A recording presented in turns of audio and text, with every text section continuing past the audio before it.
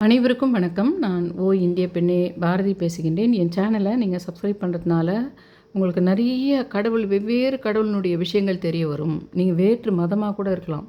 ஆனால் அதிலேயே எக்கச்சக்கமான விஷயங்கள் இருக்குது. நீங்கள் ஒரு வேற்று மதக்காரர்கள் கூட என்னுடைய சேனலை நீங்கள் பார்க்கலாம். நான் வெறும் இந்து மதத்தை மட்டுமே ப்ரமோட் பண்ணி பேசுகிறதோ இல்லை என்னுடைய இந்து மதம் தான் பெருசுன்னு பேசுகிற ஆளோ நான் கிடையாது. எல்லா ஆத்மாக்களுமே இருக்குது. இதில் வேற்று மொழி அல்லது வேற்று மதம் ராகுன்ற இடத்துல வருது. அந்த ராகுன்ற விஷயத்தை நம்ம யூஸ் பண்ணிக்கணுன்றதுக்கு பயன்படுத்தணுமோ தவிர, ஆனால் எந்த காரணத்தை கொண்டும் எந்த மதத்தில் நீங்கள் பிறந்தீங்களோ அந்த மதத்தை விட்டு வேறு மதத்துக்கு மாறாதீங்க. வேணும்னா நீங்கள் அந்த கடவுளை கும்பிடாத கூட விட்டுடுங்க. இல்லைன்னா நீங்கள் ரொம்ப வழிபாடு முறைகள்னால ஏதோ ஒரு காரணத்தினால உங்களுக்கு கோபம் வந்தால் கூட நீங்கள் அந்த வழிபாடு முறைகளை விட்டுடுங்க. ஆனால் அந்த மதத்தை விட்டு இன்னொரு மதத்துக்கு மாறுற வேலையை செய்யாதீங்க. ஏன்னா அதிலேயே நீங்கள் இருப்பதினாலேயே உங்களுக்கு நிறைய அருள் கிடைக்கிது. நீங்கள் ஒரு கிறிஸ்துவராக பிறந்திருந்தால் நீங்கள் கிறிஸ்துவத்திலே இருங்க. இந்துக்களாக மாறவே மாறாதீங்க. ஏன்னா அந்த ஜீசஸ் மூலமாக உங்களுக்கு நிறைய நன்மைகள் இருக்கிறது அங்கேயே. நான் சொல்கிற இந்த ஸ்தூல ஆத்மா இதெல்லாம் அங்கேயும் இருக்குது. ஆனால் அதை பற்றி அவங்க ரொம்ப பேசலை. அவங்க என்ன பண்ணுவாங்கன்னா, நீங்கள் அங்கேயே இருந்தால் மட்டும்தான் அதெல்லாம் ஹெல்ப் பண்ணுற மாதிரி இருக்குது. நான் சொல்கிற இந்த ஆத்மா விஷயங்களை மட்டும் நீங்கள் புரிஞ்சிக்கிட்டால் மட்டும் போதும். அப்போ அதுக்கு ஈக்குவலாக அங்கே யார் இருக்குது? ஒரு மனிதரால் தான் நடக்கும் இது. மனித மனத்தால் மட்டும்தான். இப்போ நம்ம யூடியூப்னு வச்சுங்கிறதே மனித மனத்துக்கானது தானே. எதுவானா இருக்கட்டும், அவங்க ஒரு ஹோட்டலை பற்றி போட்டோம், இல்லை துணியை பற்றி போட்டோம், எது பற்றி போட்டாலும் ஒரு மனிதன் பார்க்கின்ற வீடியோ தானே யூடியூப் உங்களுக்கு. அப்போ அந்த மனித மனத்தோடு சம்மந்தப்பட்டது. மனித மனம் எல்லா மதங்களையும் கொண்டிருக்கின்றது. அந்த மதத்துக்குள்ளே பலவிதமான ஆத்மாக்கள் இருக்கின்றது. எல்லாத்துலேயுமே தீய சக்திகள் இருக்குது, இந்த சக்திகள் இருக்குது. அப்போது அந்த ஆத்மாக்களை வகை பிரித்து நம்ம தெரிஞ்சுக்கிட்டோம்னா, அந்த ஆத்மாக்கள் நமக்கு எப்படி ஹெல்ப் பண்ணலான்றதுக்கும் நம்ம உதவி பண்ணுறோம். நம்ம அந்த ஆத்மாக்களை எப்படி யூஸ் பண்ணிக்கலாம் என்ற அறிவும் நமக்கு கிடைக்கணும். அப்போது இதை பற்றி ஒரு டீட்டெயிலாக ஒரு மாதிரி தெரிஞ்சு வச்சுக்கணும், சூட்சுமமாக தெரிஞ்சு வச்சுக்கணும் நம்ம இந்த விஷயத்தை. ஆனால் ரொம்ப ரொம்ப ஆழமான விஷயங்கள்லாம் நான் பேசுகிறேன் பார்த்தீங்களா, அதை பற்றி ரொம்ப தெரிஞ்சவங்கக்கிட்ட, பார்க்குறவங்கக்கிட்ட, போகிறவங்ககிட்டலாம் எக்ஸ்பிளைன் பண்ணிட்டு உட்காந்துட்டுருக்கூடாது. பார்க்குறவங்ககிட்டலாம் இப்படி ஒன்று இருக்குது தெரியுமா, அப்படி ஒன்று இருக்குது தெரியுமா, கடைசியில் இதுவான், அதனால தான் அப்படி ஆச்சான், அவங்க செத்து போனதுக்கு காரணமே அதுவான், அவங்களுக்கு இவ்வளோ பெரிய வியாதி வந்ததுக்கு காரணமே இதுவான், அவங்களுக்கு கணவன் மனைவிக்குள்ளே பயங்கர சண்டை வந்ததுக்கு காரணமே இதுதானா அப்படின்னு அதை பற்றி விலாவரியாக பேசக்கூடாது. இந்த மாதிரி கோடிக்கணக்கான சூட்சுமங்கள் இருக்குது இதில். அந்த மாதிரி எனக்கு ஒரு விதமாக நீங்கள் நான் சொல்கிற விஷயங்களை எனக்கு கூட ஒப்பிட்டு பார்க்கக்கூடாது, உங்கள் வீட்டு கூட ஒப்பிட்டு பார்க்கணும். உங்கள் வீட்டுக்கே ஒரு பொருள் வடிவில் ஒரு கடவுள் உட்காந்துட்டுருப்பார். அது ஒரு மிஷினாக கூட இருக்கலாம், அது ஒரு துணியாக கூட இருக்கலாம். நீங்கள் எப்பவுமே கவனிக்கலாம், வாழ்க்கையில் சில துணிகள் போடும்போது உங்கள் வாழ்க்கையில் நல்லது நடக்கிற மாதிரி இருக்கும். ஆனால் நீங்கள் என்ன நினைக்கிறீங்கன்னா, அந்த துணி, நானே கூட அப்படி தான் நினச்சேன், நம்ம அந்த துணி பாசிட்டிவான துணி, நல்லதாக அதை போட்டுன்னு போனோம்னா நல்லது நடக்கும் அப்படின்னு. சில துணிகள் நம்மக்கிட்ட இருக்கிறது தொடர்ந்து அந்த மாதிரி இந்த துணிகள் உண்மையிலேயே அது கடவுளாகவே அதை அந்த துணியை தான் சூஸ் பண்ணியிருப்பார். அதனால் உனக்கு புத்திக்கும் புரிய வந்திருக்கும். அது அந்த துணியை போடும்போது நல்லது நடக்குது அப்படின்றது புரிஞ்சு பத்திரமா வச்சுக்குவேன், யாருக்கும் தரமாட்டேன். முக்கியமான விஷயத்துக்கு மட்டும் அது போடுற மாதிரி இருக்கும். இந்த துணியில் மட்டும்தான் அது வியாபிச்சு இருக்குமானா இல்லை. அது இன்னும் வேறு பெரிய பித்தளை பொருட்கள், பழங்காலத்து பொருட்கள்லாம் சிலதெல்லாம் எங்கள் தாத்தா கொடுத்தது, எங்கள் பாட்டி கொடுத்தது, அதை யாருக்கும் எடுத்துன்னு கொடுக்கறதுக்கு விருப்பம் இல்லை, இப்படியெல்லாம் சொல்லுவாங்க பார்த்தீங்களா. அந்த பொருட்களிலையும் அது அதனுடைய ஒரு பாசிட்டிவ் எனர்ஜியை தக்க வைத்து கொள்கின்றது. பொருட்களிலோ அந்த வீட்டில் இருந்தப்போ எனக்கு நல்லா நல்லது நடந்தது, அந்த வீட்டுக்கு போனதுலேருந்தே எனக்கு ஒரு நல்லது நடக்குது, அந்த வீடு மாறினத்துலேருந்தே அந்த வீட்டில் சில பிரச்சனை இருக்குது அப்படின்னா, அது வெறும் வாஸ்து மட்டும் பிரச்சனை அல்ல, அங்கே இருக்கின்ற சில எனர்ஜிகள், அதெல்லாம் எனர்ஜின்னு தான் சொல்லணும். அந்த எனர்ஜிகள் உன்னுடைய இதே இன்னொருத்தருக்கு நல்லது பண்ணியிருக்கோம். அது வேறு யாரோ அந்த வீட்டில் போயிருந்தப்போ அவங்களுக்கு நல்லது பண்ணியிருக்கோம் அது. அதனால் மற்றவங்களுக்கு நடக்கத்தை வச்சு பார்த்தலாம் நம்மளுக்கு அதை எக்ஸாம்பிளுக்கு எடுத்துக்க முடியாது. நட்சத்திரத்தை பொறுத்த வரைக்கும் அது ரொம்ப நல்லதாக இருக்கும். இதில் வேறு ஒரே மிட்டா தீய சக்திகள், தீய ஆத்மாக்கள், தீய கடவுள்கள், நம்ம எதிரி ஆத்மாக்கள், எதிரி கடவுள்கள்னால் நீ வேணா போ அப்படின்னு சொன்னால் அது கோவப்படுது. அந்த விஷயத்தை நீங்கள் புரிஞ்சுக்கணும். அது கோவப்படுது. உண்மையில் உங்களுக்கு மாமியாரே பிடிக்கிறதில்ல. அப்புறம் நீங்கள் மாமியார்கிட்ட மரியாதையாக பேசுகிறீங்க நிறைய பேர், அது ஆணாக இருக்கட்டும் பெண்ணாக இருக்கட்டும். உங்களுக்கு பிடிக்காதவங்க உங்கள் வீட்டில் மாமாவோ யாரோ ஒருத்தர் இருக்கிறாங்க, ஆனாலும் அவங்கள நேரில் பார்க்கும்போது மரியாதையாக பேசிடுறோம். அந்த மாதிரி கணக்கு தான் அதெல்லாம். சிலரை சீண்டக்கூடாது. அதை எப்படி தெரியுமா புரிஞ்சுக்கணும் நம்ம? நம்மளை அவமானப்படுத்தினவங்கள கூட நம்ம வயசில் பெரியவங்களாக இருந்தாங்கன்னா நம்மளுடைய வீட்டினுடைய முக்கியமான நபர்களாக இருந்து நம்ம வீட்டுக்கு சோறு போடுறவங்களோ இல்லை நம்ம வீட்டு தலைமை தாங்கினவங்களோ இல்லை 4 தலைமுறைக்கு முன்னாடி நம்மளுக்கு வீடு கட்டி கொடுத்தவங்களோ இருந்தால் அவங்கள நம்ம மதிக்கணும், அவங்க காலில் விழணும். அப்படி மீனிங் அது கிடையாது. அவர்களை சீண்டக்கூடாது.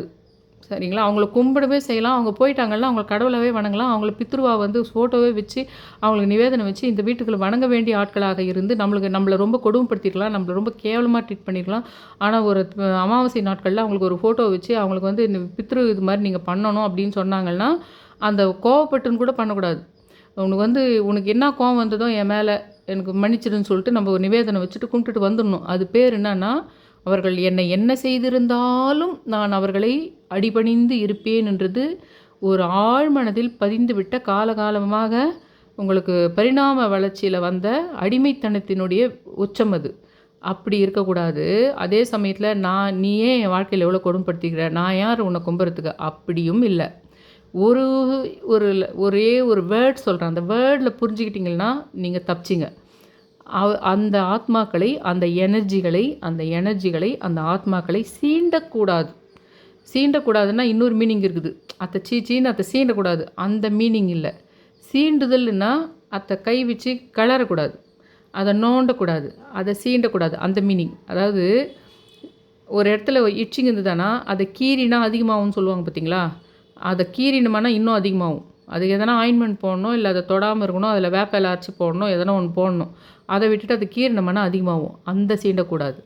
இந்த விஷயத்த அது ஆத்மாவாக இருக்கட்டும், அது கன்னி தெய்வமாக இருக்கட்டும், அது குலதெய்வமாக இருக்கட்டும், அது சுலமானுஷ ஆத்மாவாக இருக்கட்டும், நான் சொன்ன இந்த கான்செப்ட் எல்லாத்துக்கும் பொருந்தும். நான் சொன்ன சீண்டக்கூடாது கான்செப்ட் எல்லாத்துக்கும் பொருந்தும். அது ஒரு பக்கம் இருக்கட்டும். இது பார்ட் 1ன்னே நான் போட மறந்துட்டேன் இந்த வீடியோவில்.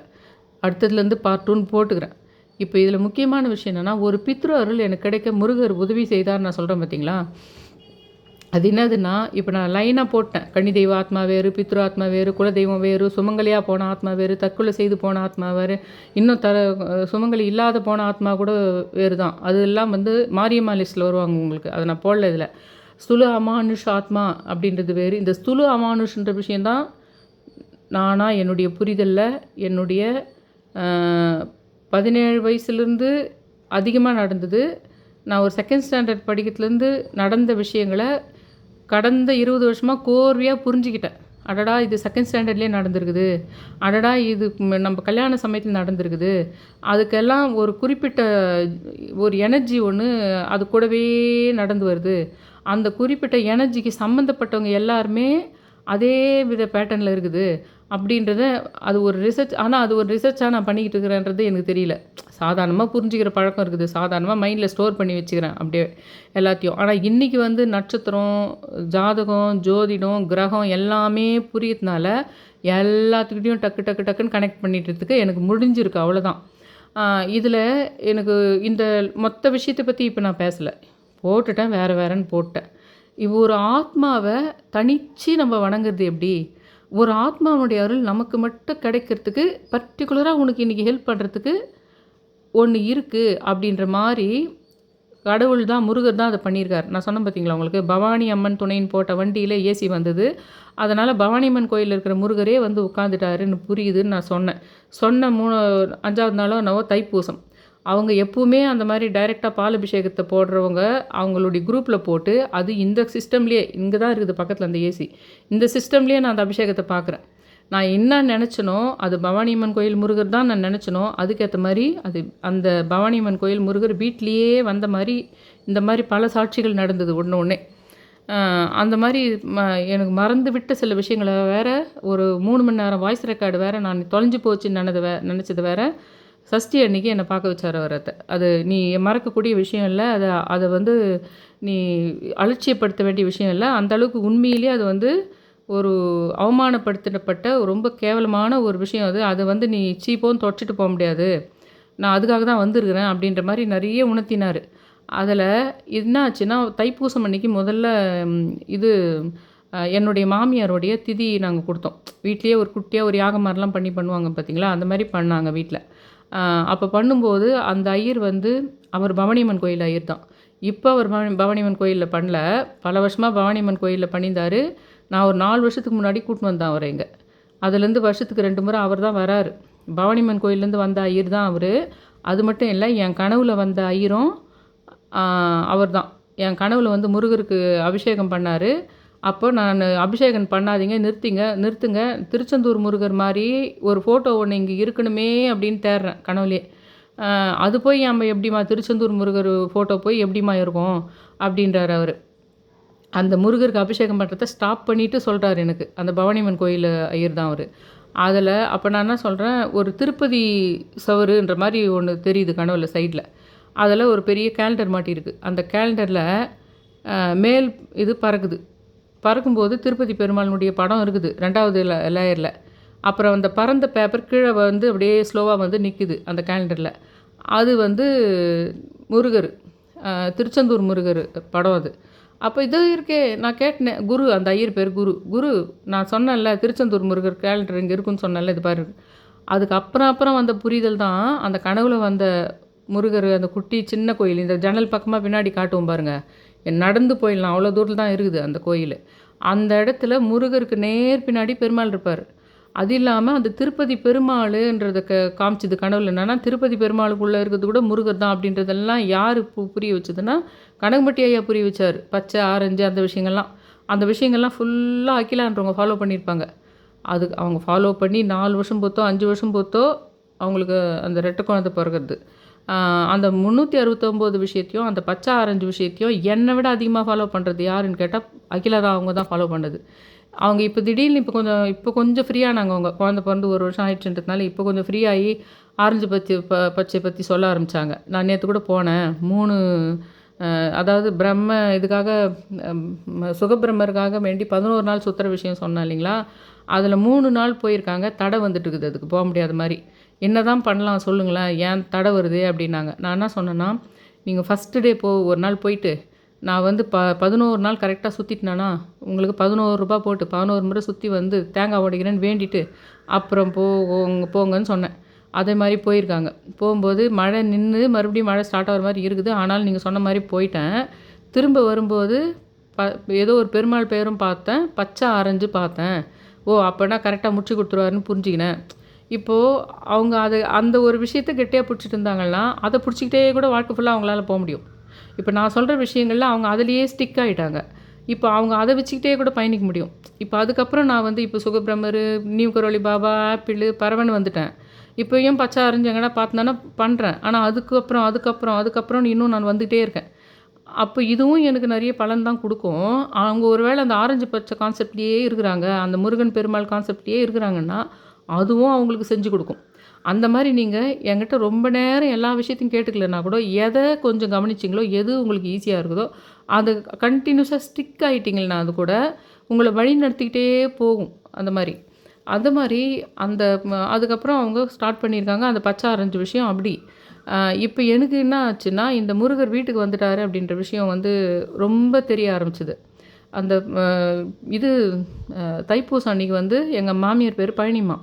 கரெக்டாக பூசம் சமயத்தில் தைப்பூசத்தில் தான் அந்தம்மா போனாங்க. பெயர்களுக்கு ரொம்ப கனெக்ஷன் இருக்குதுன்னு நான் சொல்லியிருக்கேன் பார்த்தீங்களா. ஆனால் எங்கள் மாமியாருடைய மனநிலை பார்த்திங்களான்னா ரொம்ப லோவாக இருக்கும். ரொம்ப கேரக்டர்ன்றது எந்த மாதிரி கேரக்டர்னா, ஒரு சைக்கோன்னு சொல்லலாம். இல்லைனா வந்து உங்களுக்கு ஏதோ ஒரு காரணத்தினால வேறு யார்கிட்டையோ அடிபட்டு ரொம்ப சின்ன வயசில் கல்யாணம் பண்ணியிருப்பாங்க. அந்த காலத்தில் எஜுகேஷன் ஃபேமிலி, ரொம்ப எஜுகேட்டட் ஃபேமிலி. அவங்க ரொம்ப இல்ட்ரீட் பண்ணியிருப்பாங்க.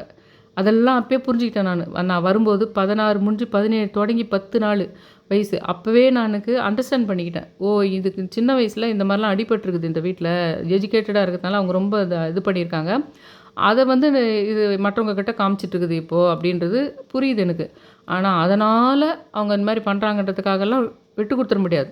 அதெல்லாம் நம்மளுடைய கர்மா, நம்மளுடைய சுல ஆத்மாவனுடைய கர்மாவனால் பாதிக்கிறதுக்காக கடவுள் வேணுன்ட்டே அந்த இடத்துல வீட்டில் எடுத்து போய் விடுறது. அது ஒரு பக்கம் இருக்கட்டும். அந்த மாதிரி அந்த அம்மா வந்து பெயர்களுக்கு நான் கனெக்ஷன் இருக்குதுன்றதுக்கு எவ்வளோ சாட்சின்றதுக்கு அந்த அம்மா கடவுள் முருகரை போன்று மிக உன்னதமானவர். அதனால் அவர் வந்து வள்ளலார் பூசம் அன்னைக்கு போனார். இவர் வந்து இவர் ஓங்காரக்குடியில் அரங்கநாதர் வந்து அவரும் பூசை அன்னைக்கு போனார். திருவண்ணாமலை வடக்கு ராஜகோபுரத்தை கட்டிய அம்மணி அம்மா அந்த அம்மாவும் பூசை அன்னைக்கு போனாங்க. ஐயா வைகுன்றும் பூசை அன்னைக்கு போனாங்க. இத்தனை பேர் பூசை அன்னைக்கு போகிறாங்க. அதனால் அந்த அம்மா உன்னதமான ஆள், அந்த அம்மா மேலே சாமியெல்லாம் வரும்னு சொல்லிக்கிறாங்களேன்றதெல்லாம் சொல்ல முடியாது. எங்கள் ஊரில் இருக்கிறவங்க சொந்தக்காரங்களுக்கு எல்லாருக்கும் தெரியும் அந்த அம்மா ஆடுற சாமி உண்மையானது கிடையாதுன்னு மொத்த பேருக்கும் தெரியும். அவங்க அம்மா வீட்டு ஆளுங்களுக்கே தெரியும். அவ்வளோ இருக்கும்போது ஆனால் பழனின்ற பேரை கொண்டு அவங்க வந்து தைப்பூச அன்னைக்கு போனாங்களா இல்லையா? இப்படி தான் கால்குலேட் பண்ணணும். இந்த கடவுள் வந்து கெட்ட கடவுள், இந்த கடவுள் நம்மளுடைய கடவுளுக்கு எதிரான கடவுள், அதனால் அந்த கடவுளை பார்த்தாலே நம்ம இது பண்ணணும். எதிர்ப்பாக சில விஷயங்களை வாய் விட்டு சொல்லத்துக்கு எனக்கு தைரியம் இல்லை. அந்த மாதிரி எதிர்ப்பாக இப்படியெல்லாம் பண்ணி எதிர்ப்பு தெரிவிக்கணும். அப்படி பண்ணவே கூடாது. அப்படி பண்ணால் என்றைக்கும் உனக்கு நடக்கணுன்றது நடக்காது. என்றைக்குமே நீ அதே இடத்துல உட்கார வேண்டியது தான். என்றைக்குமே நீ அந்த இடத்துலையே உட்கார வேண்டியது தான். அதுக்கு ஒரே ஒரு வழி, உன் வீட்டு எதிரியாக இருக்கட்டும், இல்லை கடவுள் எதிரியாக இருக்கட்டும், ஒரு கடவுள் நம்ம வீட்டுக்கு எதிரியாக இருக்கட்டும், அவங்கள சீண்டக்கூடாது, நோண்டக்கூடாது, கலாரக்கூடாது. அதை புரிஞ்சிக்கிட்டா மட்டும்தான் நீ உன் கடவுளை ஒரு மாதிரி கும்பிடணும். ஸ்தூல ஆத்மா மேட்டருங்களை ஒரு மாதிரி கும்பிடணும். புரியுங்களா? ஸ்தூல ஆத்மான்றது சாமியே கிடையாது. நான் எதுக்கு கும்பிடணும் என்ற வார்த்தையை யூஸ் பண்ணுறேன்னா, அந்த சூட்சுமத்தை புரிஞ்சிக்கிட்டு இது அவங்கள சரி ஓகே ஓ கரெக்ட். மகாபாரத போர்க்கள காட்சி நடக்குதுன்னு வச்சுக்கலாம் ஒரு எக்ஸாம்பிளுக்கு. மேலே ஹெலிகாப்டரில் போகிறேன். இந்த இடத்துல அந்த பக்கம் வந்து துரியோதனை அவங்க டீம் 100 பேர் அவங்கெல்லாம் நிற்கிறாங்க. இன்னொரு கொஞ்சம் தூரம் போனோம்னா அது வேறு ஏதோ ஒரு நாட்டுக்கும் அவங்களுக்கும் போர், வேறு ஏதோ ஒரு கண்ட்ரி, அது நம்ம இந்தியாவதே கிடையாது, வேறு எங்கோ ஒரு போர். அப்புறம் இன்னொரு எங்கேயோ ஹெலிகாப்டர்லேயே போனால் இன்னொரு பக்கம் எங்கோ ஒரு பெரிய போர், எல்லாம் வந்து நின்றுக்கிறாங்க. அப்போது உன்னுடையது எதுன்னு நீ எப்படி கண்டுபிடிப்ப? நீ இறங்கணும், நீ தரை இறங்கி சண்டைக்கு போகணும். அப்போது அங்கே துரியோதனெல்லாம் நின்றுட்டுருக்குறாங்கல்ல, அதுதான் நம்மளுடைய பிச்சு அப்படின்னு நீ புரிஞ்சுக்கணும்ல. அப்படி தான் நீ உன்னுடைய வீட்டு எதிரிகளே நீ அப்படி தான் புரிஞ்சுக்கணும். உன் வீட்டிலையே உனக்கு யாரோ பயங்கரமான எதிரி இருக்கிறாங்கன்னா, இப்போ நீ அந்த இடத்துல தானே ஹெலிகாப்டர் இறங்குவேன்.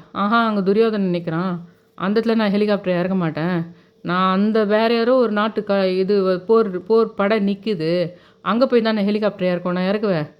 உனக்கு நீ சண்டை போட வேண்டிய ஆள், உன் எதிரி ஆள் போர்க்களத்தில் வந்து நின்று விட்டான். அப்போது அந்த பிச்சில் தான் நீ இறங்கணும் ஹெலிகாப்டரை.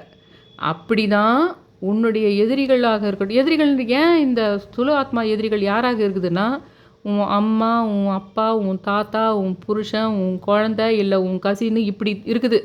ஸ்தூல ஆத்மா அது உள்ளே வந்து உட்காந்துட்டு இருக்குது. அப்புறம் நீ எப்படி அதை விட்டுட்டு போவ? அதே மாதிரி தான் அந்த கடவுள் கூட. அதே மாதிரி தான் அந்த கடவுளில் கூட உன்னுடைய எதிர்கடவுள்னு ஒன்று இருக்குது. அந்த எதிர்கடவுள்ன்றது இந்த மாதிரி அந்த உன்னுடைய கடவுள் முருகர்னு வச்சுக்கோங்களேன். அந்த முருகருக்கு இப்போ உங்கள் வீட்லேயே உனக்கு யாரோ ஒருத்தர் உன் கூட பிறந்த பிரதரே கூட உனக்கு எதிரி மாதிரி செயல்பட ஆரம்பிச்சிட்டாங்க. கல்யாணம் ஆன பின்னாடியோ இல்லை 30 வயசுக்கு அப்புறமோ அவங்க ஒரு எதிரி மாதிரி செயல்பட ஆரம்பிச்சிட்டாங்க உன் கூட பிறந்தவங்களேன்னு வச்சுக்கோங்களேன். அந்த மாதிரி முருகர் தான் உங்கள் கடவுள்னு வச்சுக்கோங்களேன். அந்த முருகருக்கே மிகுந்த நெருங்கிய ஏதோ ஒரு கடவுளினுடைய உடம்பில் அந்த ஸ்தூல ஆத்மா உட்காந்துட்ருக்குது. அவங்களையும் நம்ம கடவுள் நினச்சி கும்பிட்டுட்ருக்குறோம்.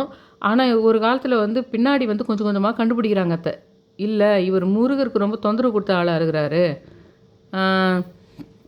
சிவனுக்கு வந்து பிரம்மா மேலே கோவம் வந்துச்சு, சிவன் வந்து பிரம்மா தலையை கிளிப்பிட்டாரு அப்படின்னு கதைங்களில் வேறு மாதிரி சொல்லிகிட்டே வந்திருப்பாங்க.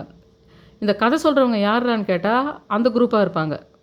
நம்மளுக்கு கதை சொல்கிறவங்களே யாருன்னு கேட்டாங்கன்னா அந்த கதையை எழுத தெரிஞ்சவர்கள், அந்த அளவுக்கு க்ரியேட்டிவ் நாலேஜ் இருக்கிறவங்க, அந்த அளவுக்கு வந்து எக்ஸ்ட்ரீமாக அது எப்படி டிஃபைன் பண்ணணும்னு தெரிஞ்ச அறிவு இருக்கிறவங்க. நம்ம வணங்குற கடவுளுக்கு ஆப்போசிட்டு இது ஸ்தூல ஆத்மாவை கொண்டவங்க யார் இருக்கிறாங்களோ அந்த கடவுள் பார்ட்டியாக அவங்க இருக்கலாம். அதனால் அவங்க அது எழுதும்போது எல்லாத்தையும் இருக்கிற மாதிரியே எழுதுறதுக்கு வாய்ப்பு இல்லை. ஆனாலும் ஒரு காரணத்துக்காக அவங்க சில சமயத்தில் உண்மைகளையும் அவங்க எழுதி வைக்கிறாங்க அதில். அது அப்படியே நிற்கட்டும். இப்போ நான் என்ன சொல்கிறேன்னா, நான் எங்கள் மாமியாருக்கு வந்து இது பண்ணாங்க பார்த்தீங்களா, அந்த திதி கொடுத்தாங்க பார்த்தீங்களா, அன்றைக்கி அந்த ஐயர் வந்திருந்தார். அந்த கனவுல வந்ததுனால மட்டும் இல்லாமல் அவசரத்துக்கு ஒரு நாள் வந்து எங்கள் ஹஸ்பண்ட் வந்து இது வரைக்கும் இந்த மாதிரி இந்த வீட்டுக்கு ஐயருங்க யார் இருந்தாலும் நான் கூப்பிட்டதில்லை. ப்ளம்மரோ ஐயரோ யாராக இருந்தாலும் இந்த பெண் ஆதிக்கன்ற லிஸ்ட்டில் தான் வரும் இந்த வீடுன்னு வச்சுக்கோங்க. சில விஷயத்துக்கு அந்த மாதிரி நான் கூப்பிட முடியாது. அவர் தான் கும்பிடுவாரு. அதெல்லாம் லேடீஸ்க்கு தெரியாதுன்ற மாரி ஐடியா இருக்குது அவங்களுக்கெல்லாம். அவங்க அப்பா, அவங்க அம்மா எல்லாருக்குமே. அதெல்லாம் ஆண்கள் தான் பார்க்கணுன்ற மாரி ஐடியா இருக்குதுன்றதுனால, இதுவரைக்கும் இந்த வீட்டுக்கு இந்த மாரி ஒரு ஐயரையோ, யாரையோ நான் கூப்பிட்டதில்ல. அன்னைக்கே அவர் அவசரமா ஒரு முக்கியமான வேலையா போனோம் வெளியில. அத முடிச்சுட்டு போனோம் அந்த திதிய. அந்த சமயம் பார்த்தா அந்த ஐயர் வரல. அவர் கூப்பிட்ட ஐயர் வரல. அப்ப நான் கேட்குறேன். எனக்கு ஒரு ஐயர் தெரியும். அவர நான் கூப்பிட்டான்னு. சரின்னு சொல்லிடுறாங்க அவசரத்துக்கு. வேற வழி இல்லாம. அப்போ கூப்பிட்டேன். அப்புறமா புரிஞ்சுக்கிறேன். அவர் நம்ம கனவுல வந்தவர்ல. அதனால அவர் இன்னைக்கு இங்க வரணுன்றது பிரபஞ்ச விதி. அப்படின்னு புரிஞ்சுக்கிறேன் 4 வருஷத்துக்கு முன்னாடியே. அப்புறம் தொடர்ந்தே அவர கூப்பிடுறாரு. தொடர்ந்தே அவரே வந்து நம்பர் நோட் பண்ணி வச்சுக்கிட்டுனா, அவரே கூப்பிடுறாரு அவரு. வருஷத்துல 2 முறை அவரே கூப்பிடுறாரு. அவரே வராரு.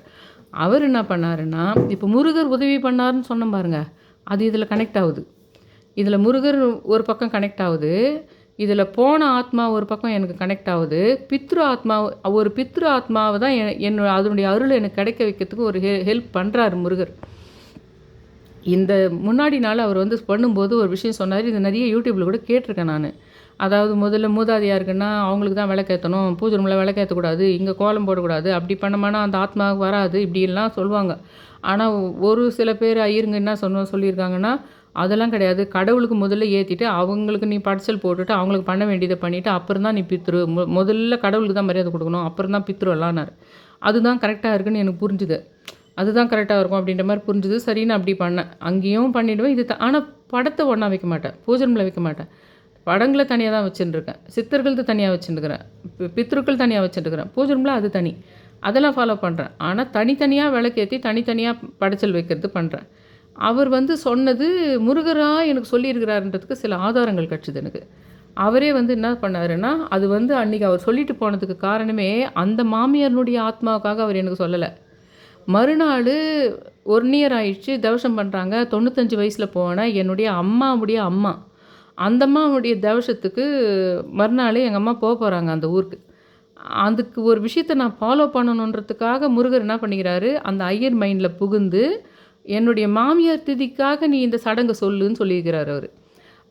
அவர் என்ன பண்ணார், ஏற்றிட்டு நீங்கள் வந்து இன்றைக்கி வந்து கோயிலுக்கும் போகாத, நீ வந்து இதனால தான் 1 வருஷத்துக்கு கூட நமக்கு கோயில் குளம் போகக்கூடாதுன்னு சொல்கிறது. சும்மா கடவுளை பார்த்து கும்பிடலாம், ஆனால் நீ தேங்காய் உடைக்கிறதோ அதுக்கு விளக்கேற்றதோ இதெல்லாம் போகக்கூடாதுன்னு அது மாதிரிலாம் பண்ணியிருக்கோம் நாங்கள். எங்கள் மாமியார் போனப்போ மாமனார் போனப்போலாம் நாங்கள் 1 வருஷம் போகல கோயிலுக்குலாம். ஆனால் இவர் இன்றைக்கி சொல்லும்போது வேறு ஒரு அதனுடைய உண்மை சில விஷயங்கள் இருக்குதுன்றது புரிய வச்சுது எனக்கு இந்த முறை. அதில் என்னதுன்னா, அந்த நீங்கள் வந்து பூஜை ரூமில் இன்றைக்கி விளக்கேற்றாத. ஏன்னா நீ பூஜை ரூமில் நீ விளக்கேற்றினியானா இந்த ஆத்மா வரத்துக்கு பயப்படும், இந்த ஆத்மாவை வர விடாதது அப்படின்னாரு.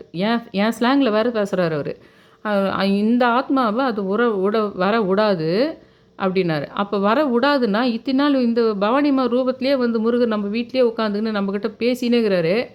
அப்போனா அவர் தனி ஆத்மா, அது தனி அருள் அப்படின்னு புரிஞ்சிச்சு. அவர் சொன்னது இப்போ ரொம்ப புரியல எனக்கு. இது எல்லோரும் தான் சொல்லிங்கிறாங்க யூடியூப்பில் கூட வந்து முதல்ல கோலம் போடாதீங்க, இவங்களுக்கு மட்டும் படைச்சல் போடுங்க, சாமி கும்பிடாதீங்களாம் சொல்லி தான் இருக்கிறாங்க அப்படின்னு தான் என் மைண்டு தோணுது. அவர் சரின்னு நான் பூஜை ரூமில் அவர் போகாத கோயில் போகாதன்ட்டார். போகல, தைப்பூசம் வச்சே அப்படின்னு நினச்சேன். ஆனாலும் நான் போகல. சரி அவர் சொல்லிட்டார் ஏதோ இருக்கும், ஏதோ நம்ம கனவுல வந்தவர் வேறு, சரி இருக்கட்டும் அப்படின்னு சொல்லிட்டு போகல. பூஜை ரூம்லேயும் போய் நீ விளக்காத்தாதானார். சரின்னு புரிஞ்சிச்சு. அன்றைக்கி மறுநாள் என்னுடைய வளர்த்த அம்மா போன மறுநாள் 3ஆம் தேதி என்னுடைய வளர்த்த அம்மா போன டேட்டு, 5ஆம் தேதி என்னுடைய வளர்த்த அம்மாவனுடைய திதி. அதையும் இந்த வருஷம் தான் கண்டுபிடிச்சேன் நான். அதுக்கும் பண்ணேன், இதுக்கும் பண்ணேன். ஆனால் அதுக்கு பிட்வீனில் 4ஆம் தேதி என்னன்னா 1 இயர் ஆன தவசமே கொடுக்குறாங்க எங்கள் அம்மாவுக்கு. அந்த மாதிரி 95 வயசில் போன வருஷம் போனாங்க. போகும்போது கூட ஒரு 40 பேருக்கு கொள்ளு பேரன்னு கூட கல்யாணம் ஆயிடுச்சுன்னு நினைக்கிறேன்.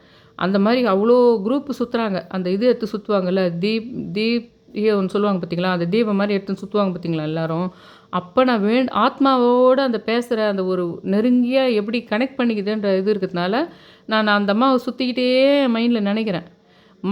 அதை நான் போன முறை வீடியோ போட்டிருக்கிறேன். மொத்த பேர் கையில் இருக்கிற அந்த நெருப்பு தீபமும் அணைஞ்சிட்டு என் கையில் இருக்கிறது மட்டும் தீபம் எரிஞ்சிக்கிட்டு இருக்கு. அப்புறம் தான் கவனிக்கிறேன். மற்றவங்க சில பேர் கவனிச்சாங்க. கவனிச்சிட்டு என்ன பண்ணாங்கன்னா, அவங்க வந்து என்னுடைய எரிஞ்சிக்கிட்டு இருக்கிற அந்த இதில் வந்து ஏற்றிக்கிட்டாங்க. அது ஒரு காமெடி மாதிரி தமாஷா, உந்து மட்டும் எரிஞ்சிட்டு அப்படின்ற மாதிரி தான் பண்ணாங்க. அப்புறம் தான் எனக்கு புரிஞ்சுது, நம்ம அந்த ஆத்மாவோட கனெக்ட் பண்ணி நம்ம அது வந்து சில இதெல்லாம் சொல்லிக்கிட்டே வந்தோம் அந்த அம்மா கிட்ட. இவ்வளோ பெரிய கடல் மாதிரி நீ இத்தனை பசங்க பிறந்து பெரிய பெரிய ஆளாகி அவங்க பேரனுங்க பிறந்து அவங்களும் சாதனை பண்ணி அவங்களுடைய இப்போ கொள்ளு பேரங்களை பிறந்து இப்படி இருக்கு, என் லைஃப் மட்டும் ஏன் இப்படி இருக்குதுன்னு ஒரு மனசுலையே அந்த அம்மாக்கிட்ட பேசிக்கிட்டே சுற்றுறேன் நான். அப்போ இந்த தீபம் மட்டும் எரியுது போன வருஷம். இதே February 14th அந்த மாதிரி நினைக்கிறேன். ஆனால் திதிப்படி இந்த முறை 4ஆம் தேதி வந்தது போல். அப்போ அதெல்லாம் பண்ணிவிட்டு நான் வரேன். வந்துட்டு எல்லாம் முடிச்சுட்டு வந்து காரில் வந்து உட்கார்றேன். அப்போது ஒரு வருஷமாக என்கிட்ட அகிலா பேசலை. இப்போ சொல்லிங்கிற பாருங்க, அகிலாவுக்கு ரெட்டை குழந்தை பிறந்ததுன்னு. நான் காரில் வந்து உட்கார்றேன். அப்போ அகிலா கிட்டேருந்து 3 கால் வந்திருக்குது. சரி, அகிலா இத்தனை வருஷம் பொறுத்து, ஒரு வருஷம் பொறுத்து. ஆனால் என் மைண்டுக்குள்ளேயே ஒரு இன்ட்யூஷன் இருக்குது. அநேகமாக குழந்தை பிறந்திருக்கும், இல்லை ப்ரெக்னெண்ட்டாக இருப்பாங்க, பிறந்த பின்னாடி சொல்லலான்னு இருப்பாங்க அப்படின்னு எனக்கு ஒரு கணக்கு இருந்தது. சரி, இப்போ நம்ம இந்த நிகழ்ச்சிக்கு போயிட்டு வரோம், ஒரு வருஷம் பொறுத்து நம்ம இப்போ பேச வேணாம், நம்ம வீட்டுக்கு போயிட்டு நம்ம ஃபோன் பண்ணலாம் அப்படின்னு வீட்டுக்கு வந்து நான் குளித்த பின்னாடி கரெக்டாக அவங்கக்கிட்டேருந்து கால் வந்தது. அப்போ அவங்க சொன்னாங்க, ஒரு 10 நாளைக்கு முன்னாடி தாங்க எனக்கு ரெட்டை குழந்தை பிறந்தது, ஒரு பொண்ணு ஒரு பையன்லாம் சொல்லிட்டு இருந்தாங்க. ரொம்ப ஹாப்பியாக இருந்தது. ஏதோ ஒரு ஆன்சர் கொடுத்த மாதிரி இருந்தது. அந்த பாட்டியை நான் சொல்லிக்கிட்டே சுற்றிட்டு வரும்போது அந்த ஆத்மா கனெக்ஷனில் அதே சேம் டேவில் காரில் நான் இருக்க அந்த ஃபோன் கால் வந்ததும், ஒரு வருஷமாக பேசாமல் இருந்த அகிலா அதுலேயும் நான் சொன்ன விஷயங்களெல்லாம் ஃபாலோ பண்ணி 369 ஆரஞ்சு பச்சை எல்லா விஷயத்தையும் ஃபாலோ பண்ணி இது பண்ண. இன்னும் சொல்லப்போனால் சவுதியில் அந்த மாதிரி வெளிநாட்டில் இருந்தாலே இந்த குழந்தை பிறகுது. நம்ம ஊருக்கு வந்து குழந்தை பிறந்துட்டு கூட நீங்கள் அங்கே போங்கலாம் சொல்லியிருக்கிறேன். அதுக்கேற்ற மாதிரி நான் சொன்னதுக்காக வந்தாங்களோ எதுக்கு வந்தாங்களோ வந்தாங்க. அப்படி இருக்குது. இப்போ என்னன்னா, அந்த மாதிரி இவங்க வந்து அந்த அந்த ஆத்மா இந்த அம்மாவனுடைய ஆத்மா எனக்கு அந்த அருளை வாங்கி கொடுக்கணும்னு முருகர் நினச்சிக்கிறார். ஏன்னா முருகர் வீட்லேயே வந்து ஏசி ரூபத்தில் உட்காந்துங்கிறார். அவர் வந்து அந்த குரு மூலமாக சொல்ல வச்சுக்கிறார் எனக்கு. அவர் வந்து நீ இது மாதிரி பண்ணாதன்னு. தொடர்ந்து நான் போன வருஷம் ஃபுல்லாகவே பார்லர் போகிறதோ ஹேர் கட் பண்ணுறதோ, ஏன்னா 45 நாள் போகுது, 19 நாள் 11 நாள் திங்கக்கிழமை, 9 வெள்ளிக்கிழமை, இந்த மாதிரி ப்ராசஸ்லேயே 2025 ஃபுல்லு பண்ணேன் நான். அப்போது இன் பிட்வீனில் அந்த மாதிரி பண்ணும்போது ஹேர் கட் பண்ணுறதோ ஐப்ரோ ஸ்ட்ரிம் பண்ணுறதோ பண்ணக்கூடாது. என்னன்னா இன்னும் நிறைய விஷயங்களுக்கு நான் சொல்கிறேன். இந்த வருங்கால மருமகள்கள் இவங்களுக்கு பெண்களுக்கே கூட, நம்மளுக்கு பிறந்த பெண்களுக்கே கூட நம்ம ஃபாலோ பண்ணுற இந்த ஐதீகமாக சில பண்ண விஷயங்கள் வந்து பிடிக்கிறதில்ல செய்தா. அதனால தான் மாமியாருக்கு மருமகளுக்கு நிறைய வீட்டில் சண்டை வருது. இதை பண்ணணும் அது பண்ணணும்னு அவங்களும் பண்ணணும்னு நம்ம எதிர்பார்க்குறோம். அதனாலேயே பெரிய சண்டைக்கு ஆளாகி டைவர்ஸ் வரைக்கும் போகிறதுக்கு காரணமே இந்த ஐதீகங்களை அவங்க சொல்கிறது. சில மாமியார் பண்ணுறது உண்மையிலே அந்த ஐதீகத்தினால நல்லது நடந்திருக்கும். அதேபடி ஃபாலோ பண்ணால் தானே நம்ம பையனுக்கு நல்லது, நம்ம பேரம்பேத்திக்கு நல்லதுன்னு பண்ணுற மாமியாரும் வந்திருப்பாங்க. சிலர் அது அவங்களுக்கே மீனிங் தெரியாத பண்ணியிருப்பாங்க அவங்க மாமியார் காலத்தில்.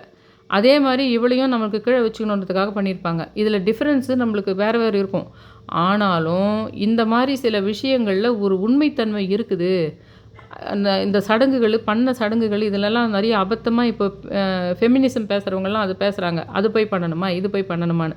ஆனால் அதை நான் உண்மை சில விஷயங்கள் இருக்கிறத பார்த்துக்கிட்டே வரேன். அப்போது நம்ம வேறு மாதிரி ஸ்டாண்ட் எடுக்கணும். அதுக்கு வற்புறுத்தி நம்ம வீட்டுக்கு வர மருமகளாக இருக்கட்டும், நம்மளுக்கு பிறக்கிற பெண்ணாக இருக்கட்டும், அதை செய்யுங்கன்னு பண்ணக்கூடாது. அதுக்கு பதில் காலத்துக்கு ஏற்ற மாதிரி மாற்றிக்கணும். ஏன் மாற்றிக்கணுன்னா, அது வேறு வகையில் அந்த மருமகள்கிட்டேருந்தோ பெண்கிட்டேருந்தோ அதை நம்ம வேறு விதமாக பயன்படுத்திக்கணுன்ற ஐடியாலாம் உங்களுக்கு நான் சொல்கிறேன். அது பூஜை ஆன்மீக மாதிரி சம்மந்த மாதிரி விஷயங்க தான். அப்போது நம்மளுக்குள்ளே நிறைய பிரச்சனை வராது. பெரிய சண்டை வந்தால் கூட வந்து புருஷன் பொண்டாட்டி சண்டை மீறி இந்த வீட்டில் இருக்கிறவங்களுடைய இந்த டார்ச்சர்னால் வேறு அந்த டைவர்ஸ் வரைக்கும் போகுது. அதுக்கு காரணம் என்னன்றதும் புரிஞ்சிச்சு. அதே ஃபாலோ பண்ண வேணாம், ஆனால் அது பொய்யும் கிடையாதுன்னு புரிஞ்சுது எனக்கு. அந்த சடங்குகள் விஷயத்தில் சில உண்மைகள் இருக்குது அப்படின்றது. ஆனால் அது செய்ய சொன்ன மாமியாருங்கள்லாம் அதுக்கு மீனிங் தெரியாமல் பண்ண சொன்னாங்க அத்தை. அது மீனிங் தெரிஞ்சு பண்ணால் கூட அவங்கள அதே மாதிரி நம்ம செய்ய வைக்கவே முடியாது. இனிமேல் பிறக்கிற பொண்ணுங்களையோ மருமகளையோ அதை செய்ய வைக்கவே முடியாது. இன்னும் சொல்லப்போனால் சில விஷயங்களை பையனுங்களையும் செய்ய வைக்கணும். ஆனால் மொத்த பேருக்குமே இன்றைய காலகட்டத்துக்கு மேட்ச் ஆகிற மாதிரி சில விஷயங்களை செய்ய வைக்கணும் நம்ம. அப்படி பண்ணால் தான் இனிமேல்ட்டு வருங்காலத்தில் ஒற்றுமையாக இருக்கிறதுக்கும் பெரிய டைவர்ஸுங்களை தடுக்கிறதுக்கும் ஆன்மீக விஷயத்துக்கு உண்மையிலே யூஸ் பண்ணிக்க முடியும். சுத்தமாகவே வேணான்ட்டு போயிடுறாங்கல்ல. நான் கோலமும் போட மாட்டேன், நான் விளக்கும் ஏற்ற மாட்டேன், நான் இந்த பூஜையும் பண்ண மாட்டேன், அந்த பித்ரு இதுவும் நான் பண்ண மாட்டேன், அந்த திதி பார்த்தும் நான் பண்ண மாட்டேன், நான் எதையுமே பண்ண மாட்டேன்னு போயிட்டு போகிறாங்க அவங்க. அதுக்கு விட இது பெட்டர் அப்படின்ற மாதிரி சில விஷயங்களை அப்புறம் நான் சொல்கிறேன். இது என்ன விஷயம்னா, அவர் சொல்லிட்டு போனார், நீ அந்த இடத்துல விளக்கேற்றினீங்கன்னா இந்த ஆத்மா உள்ளே வராது.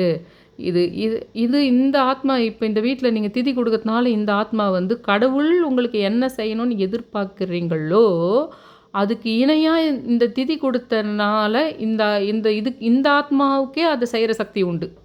இந்த ஆத்மாவுக்கே ஒரு ஸ்பெஷல் சக்தி உண்டு.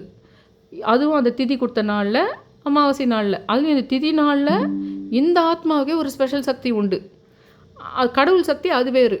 அந்த இந்த ஆத்மாவை வரவிடாது போயிடுச்சேன்னா இது மூலமாக ஒரு வேறு விதமான ஒரு சக்தி நம்மளுக்கு கிடைக்கும். அது கிடைக்காது போயிடும். இந்த ஆத்மாவே உனக்கு ஒரு விஷயத்தை முடிச்சு கொடுக்கும்னார் அவர். சரி அவர் இது சரி பரவாயில்ல ஏதோ சொல்லிட்டாரு, அது வரைக்கும் வச்சுக்கலாம் அப்படின்றது நினச்சிக்கிட்டேன் மைண்டில். மறுநாள் என்ன ஆகுதுன்னா, ஒரு வருஷமாக ஃபுல்லாக நான் வந்து பார்லருக்கும் போகாத ஆள் இது. ஏன்னா மறுநாள் அந்த பாட்டி என்ன சொன்ன பாருங்க, 1 இயர் தவசம் கொடுக்க போகிறாங்க, அம்மா போக போகிறாங்க ஊருக்கு. அப்போ நான் ஹேர் கட் திடீர்னு ஒரு முடிவு எடுக்கிறேன். அதுக்கு முருகர் பண்ணுற வேலை இதெல்லாம். என்னை வந்து ஹேர் கட் பண்ணதுக்கு போகலாம் அப்படின்னு காலையில் எழுந்தோடனே குளிச்சுட்டு விளக்கேற்றுற ஆள், நம்ம ஒரு வருஷம் பொறுத்து பார்லர் போகிறோம், நம்ம அதனால் ஹேர் கட் பண்ண போகிறோம் அப்படின்னு நினச்சிக்கிட்டு நான் காலையில் எழுந்தோடனே தலைக்கும் குளிக்காமல் விட்டுட்டேன், விளக்கேற்றதையும் பண்ணாத விட்டுட்டேன். தேவசம் அவங்க கொடுக்க போகிறாங்க. என்ன கான்செப்ட்னா, அந்த ஐயர் சொன்ன விஷயத்த முருகர் நடத்துகிறாரு எனக்கு. அங்கே திதி கொடுக்குறாங்க இல்லைங்களா, வேறு ஸ்டேட்டில் திதி கொடுக்குறாங்க. அந்த ஆத்மாவுடைய அருளை எனக்கு இங்கேருந்து வாங்கிறதுக்காக முருகர் பண்ணுறாரு அந்த ஐடியாவை. அதனால் என் மைண்டுக்குள்ளே சும்மா ஹேர் கட் போகணுன்ற மாதிரி பண்ணி குளிக்க விடாமல், ஹேர் கட் அந்த விளக்கேற்ற விடாமல் என்னை செஞ்சு நிறைய வேலைங்க வந்துக்கிட்டே இருக்குது. இதோ போயிடலாம்னு நினச்சிக்கிட்டே போயினே இருக்குது டைமு. என்னடா இது ஈவினிங் 4 கூட ஆயிடுச்சு பொழுது. ஒருவேளை அந்த அம்மாவுக்கு இன்றைக்கி திதி கொடுக்குறாங்கன்றது நம்ம இது பண்ண குளிக்கிறது என்னது, அப்போ கூட குளிக்காமல் இருக்கிறது எப்படி வரும்? நம்ம குளிக்காமல் இருந்தால் தானே விளக்கேற்றாமல் இருப்போம். ஸோ பக்கத்தில் முருகரை எதிர்க்க உட்காந்துன்னு கீரையை கிள்ளிக்கிட்டே யோசிச்சுட்டு இருக்கிறேன். ஹஸ்பண்ட் உள்ளே யார்கிட்டயோ ஃபோனில் பேசிகிட்டு இருக்காரு. முருகர்கிட்ட வந்து பேசிகிட்டே இருக்கிற அந்த ஃபோட்டோவில் கீரையை கிள்ளிட்டு பக்கத்தில் முருகர் ஃபோட்டோவுக்கு எதிர்க்க என்ட்ரன்ஸ்லேயே வாங்கி வச்சேன். அதெல்லாம் வாங்கி வச்சுட்டு இதையும் கிள்ளிட்டு போயிடலாம், அப்படி அதையும் பண்ணிட்டு போயிடலான்னு போயிட்டே இருக்கேன். ஒருவேளை நீ இந்த மாதிரி முடி வெட்டுறதுன்றத சும்மா என் மனசில் பதிய வச்சியா? நீ வீட்லேயே வேறு வந்து உட்காண்ட்ருக்குற, இப்போ பவானியம்மன் முருகர் வீட்டுக்குள்ளேயே வந்து உட்காண்ட்டுக்கிறேன்னு சொல்கிறல்ல, அதனால் என்னை அந்த ஆத்மாவை எனக்கு ஹெல்ப் பண்ண வைக்கணும் அப்படின்றதுனால அப்படின்னு சொல்லிட்டு அவரை பார்த்துனே கேட்குறேன். முடி அப்படி பார்த்தா முடி கூட வெட்டக்கூடாதே, அப்படி நம்ம விளக்கேற்றக்கூடாது சரி, அப்படி பார்த்தா நான் முடியும் வெட்டக்கூடாது தானே, அந்த மாதிரி அதுக்காக நீ எனக்கு உதவி பண்ணியிருந்தா? சந்திராஷ்டிரமம் வேறு எனக்கு போயிட்டு இருக்குது. அப்போது சந்திராஷ்டிரமம் ரன்னிங்கில் வேறு இருக்குது எனக்கு. அதனால் நம்ம போகணுன்னு நினைக்கிது போவிடாமல் தடுக்குதா இது அப்படின்லாம் யோசிச்சுட்டு இருக்கேன். ஒரு மாதிரி ஜுரம் ஒரு மாதிரி ஆகுது. என்னை விளக்கேற்றவும் விட மாட்டேங்குது, டக்குன்னு பார்லர் போகவும் விட மாட்டேங்குது. யாரா அது பண்ணுறாங்கன்னு பார்த்தா முருகர் தான் பண்ணுறாருன்னு அப்புறமா கண்டுபிடிச்சேன். முருகர் என்ன பண்ணாருன்னா, அந்த விளக்கேற்றது பண்ணுறது மட்டுமே இல்லை முடியும் வெட்டக்கூடாதா இப்போயே சொல்லிவிடு. நீ சொல்லிட்டியானா, நீ எதனா ஒரு வகையில் எனக்கு உணர்த்திட்டியானா நான் பார்லர் போகாத விட்டுறேன். ஆனால் நான் மறுநாள் வெள்ளிக்கிழமை ஆகிடுது. அதுக்கப்புறம் வந்து தேய்பிறை சஷ்டி வருது. அப்போ தேய்பிறை சஷ்டியில் போய் நான் முடி வெட்டினா பரவாயில்லையா அப்படின்னு நான் முருகரை பார்த்து கேட்குறேன். எங்கள் ஹஸ்பண்ட் வந்து அந்த ஃபோனில் யார்கிட்டயோ ஒருத்தர் பேசிங்கிறார். அந்த ஃபோனில் பேசுகிற அவங்க பேர் மகேஸ்வரியோ ராஜலட்சுமியோ யாரோ ஒருத்தரவங்க. அவங்க வந்து எப்போ பாரு நான் சொல்லுவேன் சந்திராஷ்டிரமோன்னு. அதனால் அது எப்பவுமே சந்திராஷ்டிரமம்னா வராது கோர்ட்டுக்குன்னு சொல்லிட்டு இருப்பார் இவர். அதை காமெடிக்காக சொல்கிறார் அவர். ஆக்சுவலாக எனக்கு சந்திராஷ்டிரமம் போயிட்டு இருக்குது. அப்போது காமெடிக்காக அவர்கிட்ட ஃபோனில் வேறு ரூமில் பேசிங்கிறாரு. முருகர்கிட்ட நான் கொஸ்டின் கேட்குறேன், இன்றைக்கி நான் முடி வெட்ட போட்டோமா வேணாவா? 2 நாள் பொறுத்து போனால் தேய்பிறை சஷ்டி அன்றைக்கி சனிக்கிழமை அன்றைக்கி போட்டா அப்படின்னு நான் கேட்குறேன் முருகர்கிட்ட. அதுக்கு என்னுடைய ஹஸ்பண்டு அவங்கக்கிட்ட ஃபோனில் 2 நாள் பொறுத்து போ, நீ தான் சந்திராஷ்டிரம்னா பயப்படுவியே சார், எனக்கு சந்திராஷ்டிரமெல்லாம் இல்லை சார், அது வாய்ஸ் அதுங்க அங்கேருந்து கேட்குது. ஏன்னா எனக்கு சந்திராஷ்டிரமம் போயிட்டு இருக்குது, எனக்கு சந்திராஷ்டிரமம் ரன்னிங்கில் தான் இருக்குது. ஏன்னா முருகர் சொல்லிட்டு இருக்காரு, என்கிட்ட பேசின்னு இருக்கிறாரு, இப்படி தான் பேசும் பிரபஞ்சம், இப்படி தான் பேசும். அவர் என்ன பண்ணுறாரு, உனக்கு அவர் கேலிக்காக அந்த சொல்கிறாரு, உனக்கு தான் சந்திராஷ்டிரம் இருக்கும்ல உனக்கு, அதனால் ஒரு 2 நாள் பொறுத்து போ அப்படின்றாரு. அப்போது எனக்கு சந்திராஷ்டிரம் போயினுக்குது ஆக்சுவலாக. நான் கேட்குறேன்ல இவர்கிட்ட முருகர்கிட்ட, 2 நாள் பொறுத்து போட்டால் அப்போ முடியும் தானே நான் வெட்டக்கூடாது? ஒருவேளை பாட்டியினுடைய அருள் எனக்கு கிடைக்கணும், அங்கேருந்து அவங்க தவசம் கொடுக்குற சமயத்தில் நான் விளக்கேற்றக்கூடாது, அப்போ தான் அந்த ஆத்மாவுடைய அருள் கிடைக்கும்ன்ற மாதிரி நேற்று குரு ஐயர் சொன்னது போனதுடைய கான்செப்டில் இன்றைக்கி நீ பண்ணுறேன்னா கூட அப்போ நான் ஹேர் கட் பண்ணவும் தானே போகக்கூடாது அப்படின்னு கேட்குறேன். இன்றைக்கி போட்டால் 2 நாள் பொறுத்து கேட்கட்டான்னு 2 நாளுன்னு சொல்லியே கேட்குறேன் முருகர்கிட்ட. கரெக்டாக அவர் பதில் ஃபோனில் சொல்கிறாரு, 2 நாள் பொறுத்து போ, உனக்கு இப்போ சந்திராஷ்டிரம் இருக்குமே அப்படின்றாரு அந்த லேடிக்கிட்ட. எனக்கு தான் சந்திராஷ்டிரம் போய்ங்குது உண்மையிலே. அப்போ எனக்கு சொல்கிறாரு அதில் முருகர் வர, உனக்கு இப்போ சந்திராஷ்டிரம் வேறு இருக்குது, நீ 2 நாள் பொறுத்து போ, அந்த முடியை நீ வெட்டாத, ஏன் உன்னை விளக்கேற்ற விடாமையே வச்சுருந்தேன்னா அந்த ஊரில் தவசம் கொடுக்குறாங்க, அந்த பாட்டி தானே சுற்றிக்கிட்டே வேண்டினேன், அப்போ தானே அகிலாவுக்கு 2 குழந்தை பிறந்த விஷயம் கூட அன்றைக்கி தானே கேட்டேன், அந்த பாட்டியினுடைய அருள் உனக்கு வரணும் அப்படின்றதோடு இல்லாமல் இன்றைக்கின்னா இந்த புடவைகள், இந்த துணிகள் இதுங்கெல்லாம் கனெக்ஷன் நம்மளுக்கு இருக்கும் சொல்கிறேன் பார்த்தீங்களா? அது ஒத்து நீங்கள் நோட் பண்ணி வச்சுக்கணும் அதெல்லாம். அந்த மாரி அந்த அம்மா வந்து என்னுடைய போனதுக்கு அப்புறமா ஏதோ ஒரு சாமி கும்பிட்றதுக்கு போனாங்க எங்க அம்மா. அப்போ ஒரு புடவை வச்சு குடுத்துருக்காங்க. அந்த புடவைய நான் ஊருக்கு போனேன். எங்க அம்மாவுடைய ஊருக்கு போனேன். அந்த அரக்கோணம் பக்கத்தில இருக்கிற வில்லேஜ். அங்க போனப்போ அந்த அம்மா இந்த புடவைய எங்க அம்மா எனக்கு இதுக்கு போனேன்ல, அப்ப எல்லாம் என் தம்பிங்க வச்சு குடுத்தாங்கன்னு இந்த புடவைய குடுத்தாங்க. அந்த புடவையில என்ன டிசைன் இருந்ததுன்னு கூட நான் பார்க்கல. ஆனா ஏனோ தோணுச்சு, இது ஒரு ஆசீர்வாதமா இருக்கும். அந்த பாட்டியினுடைய ஆசீர்வாதம் மாரி இது. அதனால நம்ம இதுக்கு ஃபால்ஸ் இது பண்ணி ப்ளவுஸ் எல்லாம் தச்சு வச்சுக்கலாம். அப்படின்னு குடுத்து தச்சு வாங்கி வச்சுட்டேன். ஆனா அது எங்க போச்சுன்னே தெரியல. எப்படி அன்னைக்கு எங்க ஹஸ்பண்டுக்கு தான் ஆனா அன்னைக்கு பர்ட்டிகுலர் ட்ரெஸ் வந்து விழுந்து, அந்த ட்ரெஸ்ஸ நான் போட்டுக்கிட்டு ஒரு ஹாஸ்பிட்டல்ல நிக்கிற மாரி எனக்கு ஒரு காட்சி தெரிஞ்சதோ, அந்த மாரி இன்னைக்கு அந்த பாட்டியினுடைய விஷயம் வரதோட மைண்ட்ல, நான் போயிட்டு சம்மந்தம் இல்லாத இன்னொரு பீரோ அந்த ரூம்ல இருக்கு. அந்த பீரோவெல்லாம் கூட காலி பண்ணி கிளீன் பண்ணலான்னு போறேன். அப்ப தான் கவனிக்கிறேன், அந்த இடத்துல ஒரு கவர்ல போட்டு அயர்ன் பண்ணி வச்சுட்டு, தச்சுட்டு, ப்ளவுஸ் எல்லாம் தச்சுட்டு வச்சது அந்த கண்ல படுது. அதுவும் முருகர் வேல தான். அதுவும் பிரபஞ்சத்தினுடைய வேல தான். அதில பார்த்தா இன்னைக்கு எடுத்து இன்னைக்கு போட்டுக்கலாம். இன்னைக்கு தை வெள்ளி நல்ல நாளா இருக்குது. இன்னைக்கு அது வந்து போட்டுக்கலாம் அப்படின்னு நான் நெனைக்கிறேன். இந்த துணிங்களோட கூட சம்மந்தப்படும் சில விஷயங்க. ஆனா இதுங்க எல்லாத்துக்குமே யார் பண்றதுன்னு கேட்டா, நம்ம வீட்டுக்கிட்டவே இருக்கிறது. நீங்க சிட்டிக்கு வந்துட்டீங்க. உங்க வீட்டுக்கிட்டவே ஒரு கடவுள் இருக்குதுன்னா, அது கிராம தெய்வம் மாரி ஹெல்ப் பண்ணும். உங்க வீட்டுக்கு கிட்ட இருக்கிற மாரி ரிசீவ் பண்ணும். இப்ப முருகர் உங்களுக்கு ஒண்ணு பண்றோன்னு நெனைக்கிறாருன்னு வச்சுக்கோங்களேன், கொஞ்சம் முருகனுடைய அந்த எனர்ஜி தூரம் இருக்குதுன்னு வச்சுக்கங்க. அந்த என்ன பண்ணும், டக்குனு உங்க வீட்டுக்கு கிட்ட ஒரு கடவுள் இருக்குது தான் கிராம தெய்வ கான்செப்ட். அந்த தெய்வம் உங்களுக்கு இண்டிகேட் பண்ணி, உங்களுக்கு ஒரு நல்லது பண்றேன் யாருக்கு பண்ணும்னா, தொடர்ந்து கடவுள் நம்பிக்கை இருந்து, ரொம்ப கடவுள் நம்பி நல்ல விஷயங்கள செஞ்சுக்கிட்டு, தான தர்மங்கள பண்ணிக்கிட்டு, இந்த பித்ருக்கடன் விஷயங்கள பண்ணிட்டு, எல்லாம் பண்ணிட்டுருக்காங்க பார்த்தீங்களா? அவங்களுக்கு செட் பண்ணும் இந்த மாரி. எல்லா அது எந்த ஆத்மாவா இருக்கட்டும். இன்னும் நான் தற்கொலை பண்ண ஆத்மா, துளு அமானுஷ ஆத்மா, கன்னி தெய்வ ஆத்மா பத்தியெல்லாம் இன்னைக்கு பேசல. அத பத்தியெல்லாம் எவ்வளோ பேசியிருக்கிறேன். ஆனா, அந்த விஷயங்களும் எப்படி ஹெல்ப் பண்ணுன்ற விஷயத்துல தான் அடுத்து போட நான் சீரியஸ்லி இப்ப நான் சொல்றேன் பாருங்க. முருகர் வந்து ஒரு விஷயம் அந்த ஆத்மாவினுடைய அருள் எனக்கு கிடைக்கிறதுக்கு பண்ணாருன்னு. அது மட்டும் இல்ல.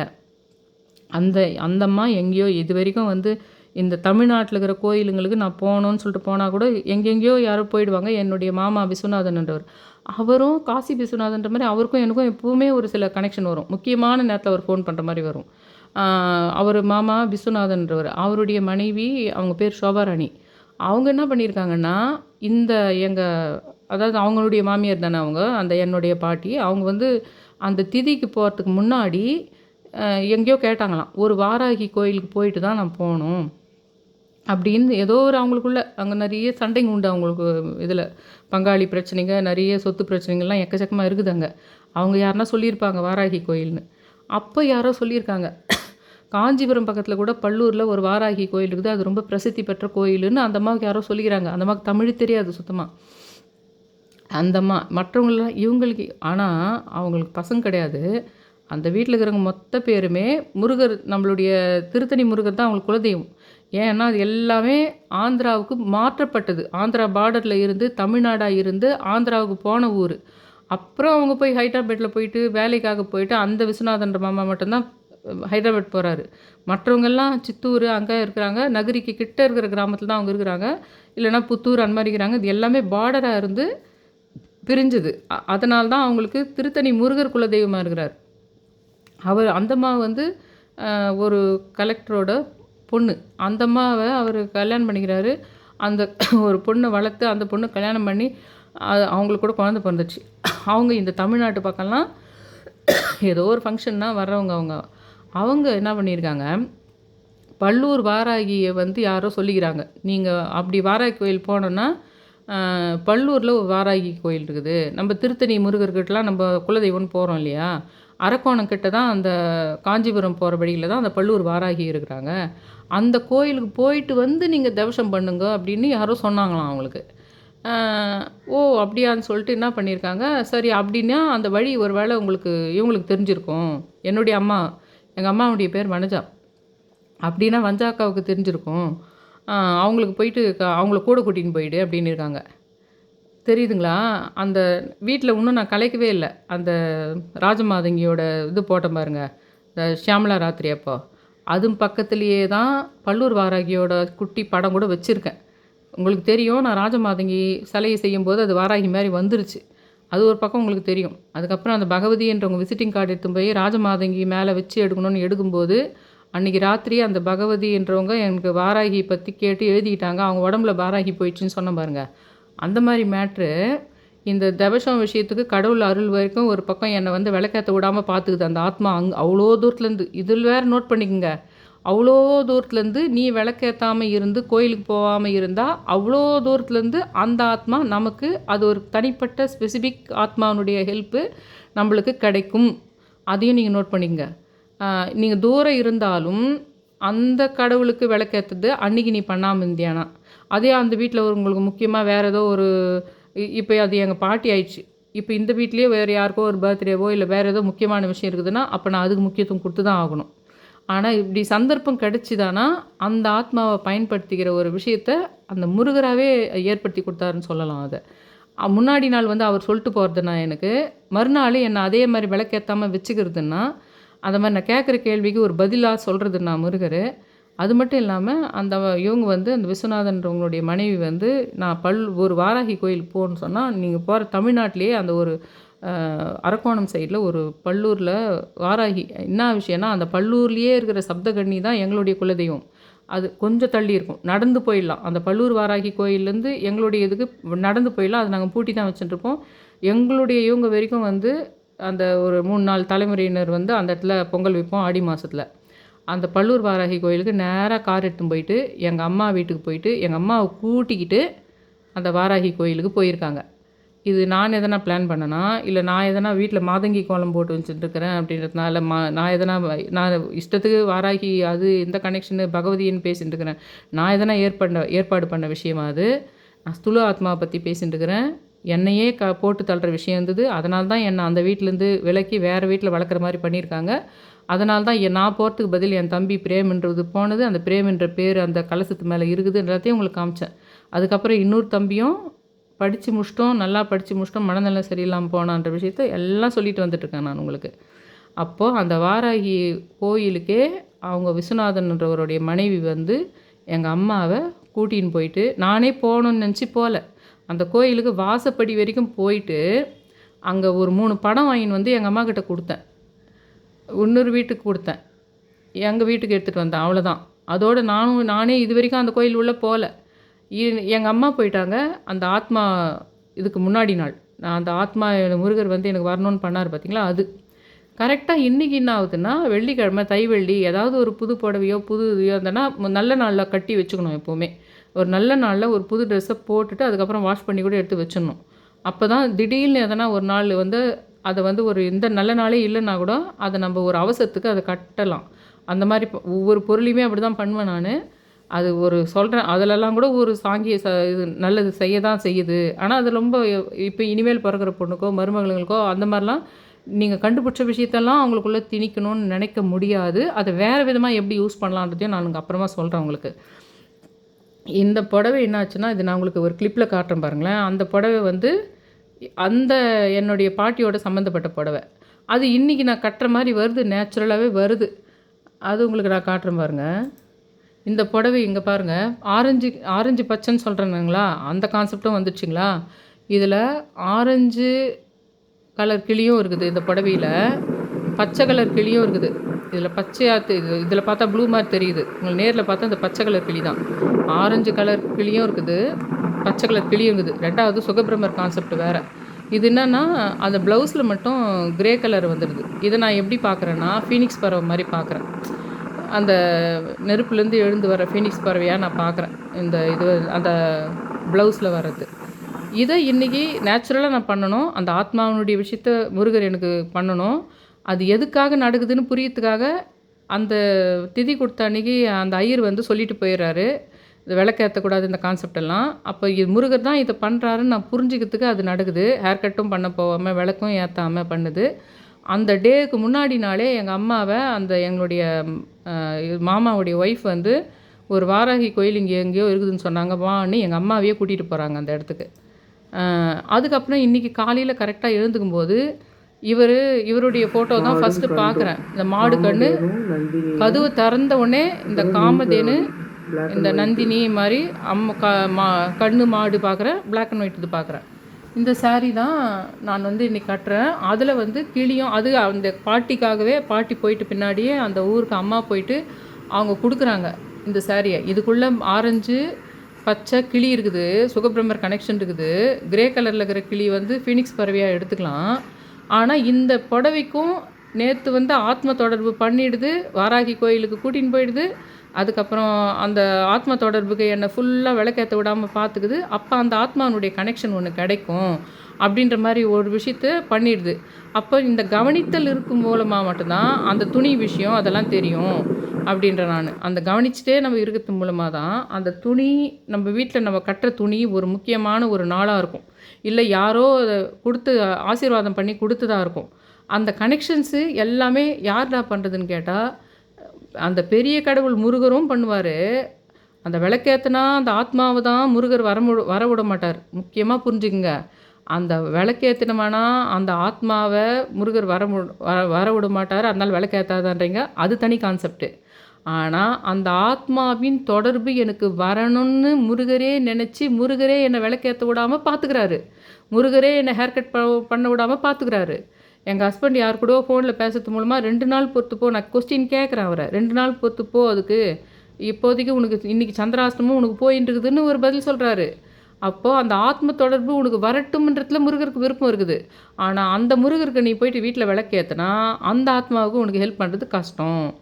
இப்போ அந்த தனித்தனியாக டீல் பண்ணுற விஷயங்குது. எனக்கு அந்த ஆத்மாவுடைய உதவியே கிடைக்கிறதுக்கு முருகர் பண்ணுறாரு. என்னுடைய அம்மாவையே, அது என் தம்பி, என்னுடைய பிரேம்ன்ற தம்பி, வினோத்ன்ற தம்பி, என்னுடைய சிஸ்டரு, நான் இந்த ஸ்தூல ஆத்மா இதில் டீமில் மாட்டி அதனால் வர்ற விஷயத்தை இருக்கிறதுக்கு பிரம்மாண்டமான அந்த வாராகியை அதுக்கு மொத்த பேருக்கு சேர்த்து கனெக்ட் பண்ணுறதுக்கு அந்த விஸ்வநாதன்ன்றவருடைய பெயர் கனெக்ஷன் இருக்குதுன்னு சொல்கிறேன் பாருங்கள். பூசம் மணிக்கு எங்கள் மாமியார் பழனின்றவங்க போகிறாங்கன்னு வச்சுக்கோங்க. அதனால் பழனின்ற என்னுடைய மாமியார் உன்னதமானவங்க, கடவுள் சக்தி உடையவங்கன்னு அர்த்தம் கிடையாது. அந்த பெயர் முக்கியம். அதை நான் உங்களுக்கு எப்படி சொல்லி புரிய வைக்கிறதுன்னு உங்களுக்கு புரியல. சீண்டக்கூடாதுன்றது மேட்ரும் ஒரு டேக் மாதிரி ஞாபகம் வச்சுங்க. 10th + 2 எழுதும்போது அது வரும், ஹெட்டிங்ஸ் மட்டும் போட்டு வச்சுக்கோங்க பார்த்தீங்களா, அந்த மாதிரி சீண்டக்கூடாதுன்றது தான் மீனிங். அதனால் அந்த அம்மா கெட்டவங்கன்றதுனால அந்த பெயருக்கும் அந்த கடவுளுக்கும் ஒரு சம்மந்தங்குது. அவர் அந்த எதிர்பார்ட்டி கடவுளுக்காக வேண்டி அந்த பெயர் மூலமாகவே கடவுள் மூலமாக நம்மளுக்கு பண்ணுறது. அந்த ஆத்மாவுக்கு நான் வீட்டில் முருகருக்கு பூசத்துக்கு விளக்கேற்றக்கூடாது. ஆனால் அந்த முருகர் தான், நீ இன்றைக்கி விளக்கேற்றாத, நீ இன்றைக்கி ஹேர் கட் பண்ணாத, அந்த தவசத்தினுடைய அந்த அம்மாவனுடைய அருள் உனக்கு கிடைக்கும் பண்ணுறதோட இன்றைக்கி நான் மறந்து போன அந்த புடவையை எடுத்து கட்டுற மாதிரி ஆகுது. அதில் சுகபிரம்மர் கனெக்ஷன், இப்போ நான் பேசிகிட்டு இருக்கிற சுகபிரம்மர் கனெக்ஷன் கிளி வந்துடுது, ஆரஞ்சு பச்சை கனெக்ஷன் வந்துடுது, அந்த பாட்டியோட அருளும் இதில் வந்துடுது. இந்த மாதிரி சேனலாக இருக்கிறத புரிஞ்சுக்கணும். நீங்கள் உங்கள் வீட்டு விஷயத்தில் நீங்கள் அதை ரொம்ப டெப்த்து புரிஞ்சுக்கணுன்றது விஷயம் இருக்குது. இப்போ கூட நான் இன்னும் இந்த பக்கம் போட்ட செக்ஷன் பற்றியெல்லாம் இன்னும் டெப்த்து வரல, வேறு மாதிரி பேசியிருக்கிறேன். இந்த பக்கம் நான் போட்ட இதெல்லாம் தனித்தனியாக வேறு மாதிரி பேசியிருக்கிறேன். ஆனால் இன்றைக்கி நான் சொன்ன கான்செப்ட் வேறு. ஒரு குறிப்பிட்ட சக்தியை எப்படி உனக்கு உபயோகப்படுத்தி கொள்வது. சரி, அதனால் என்ன, அந்த புடவை நீ கட்டிக்கினா என்ன நீங்கள் நினைப்பீங்க? இல்லை, ஒரு நல்ல ஒரு விஷயம் வந்து இன்றைக்கி ஒருத்தர் சொன்னாங்க எனக்கு. அந்த டேட்டே எனக்கு அன்றைக்கி காமிச்சு கொடுத்தது. இதுவும் நடந்தது. போன வருஷம் அக்டோபர் 14 ஒரு டேட்டு நான் பார்க்குற மாதிரி ஆகுது. அந்த டேட்டு வரும்போது ஒரு நிகழ்ச்சி நடக்குது. அதே மாதிரி இன்னொரு டேட்டு காமிச்சிருக்குது. இப்போ எனக்கு சிவராத்திரி, மகா சிவராத்திரி அன்றைக்கி ஒன்று காமிச்சிருக்குது. இன்னமா இருக்கும் மகா சிவராத்திரி அன்றைக்கி நவம்பர் 23 அன்றைக்கி காமிச்சுது அப்போது எனக்கு கேலண்டரில். அதையும் வந்து சத்யசாய் பாபாவும் என்னுடைய குலதெய்வம் சொல்லிட்டு போனாங்க, நவம்பர் 23 ஒரு மேட் இருக்குதுன்னு. அதே மாதிரி நவம்பர் 23 தான் நான் முடிக்கிறேன். ராஜமாதங்கி இது 9 இதுவும் நான் முடிக்கிறேன். அதுவும் நிறைய விஷயங்கள் நடந்தது. அதே மாதிரி இப்போ மகா சிவராத்திரி தான் அடுத்த பாயிண்ட் டேட்டு அப்படின்னு எனக்கு காமிக்குது பிரபஞ்சம். அப்போ மகா சிவராத்திரிக்கு என்னடா டேட்டுன்றது, எதுக்காக அந்த டேட்டு எனக்கு காமிச்சுது பொங்கல் அன்னைக்கு அப்படின்னு இன்றைக்கி இந்த புடவையை நான் கட்டின்ட்டுருக்கிற சமயத்தில் அது எனக்கு தெரிய வந்துடுச்சு. இன்னும் அது மகா சிவராத்திரின்னு ஏன் எனக்கு காமிச்சுதுன்றதுக்கான விஷயம் இந்த புடவை என் உடம்பு மேலே இருக்கும் பொழுது, இந்த வெள்ளிக்கிழமை, இன்றைக்கும் தைவெள்ளி தான், இன்றைக்கும் கன்னி தெய்வ ஆத்மா சக்திக்கு இது தான். நான் அந்த வாரமே புடவெல்லாம் வச்சு கும்பிட்டுட்டேன். இன்றைக்கி இந்த புடவை நான் கட்டின்னு இருக்கும்போது மகா சிவராத்திரி அன்னைக்கு என்ன விஷயம், யாரை நீ மீட் பண்ண போகிற அப்படின்ற விஷயத்த இன்றைக்கே எனக்கு அந்த விஷயம் கிடச்சிருச்சு. இவ்வளோ கனெக்ஷன்ஸ் இருக்குது. தயவு செஞ்சு என் சேனலை சப்ஸ்கிரைப் பண்ணி ஷேர் பண்ணி அந்த ஆல் என்ற பெல் பட்டனை ப்ரெஸ் பண்ணுங்க. ரொம்ப ரிக்வெஸ்ட் பண்ணி கேட்டுக்கிறேன். Thank you all.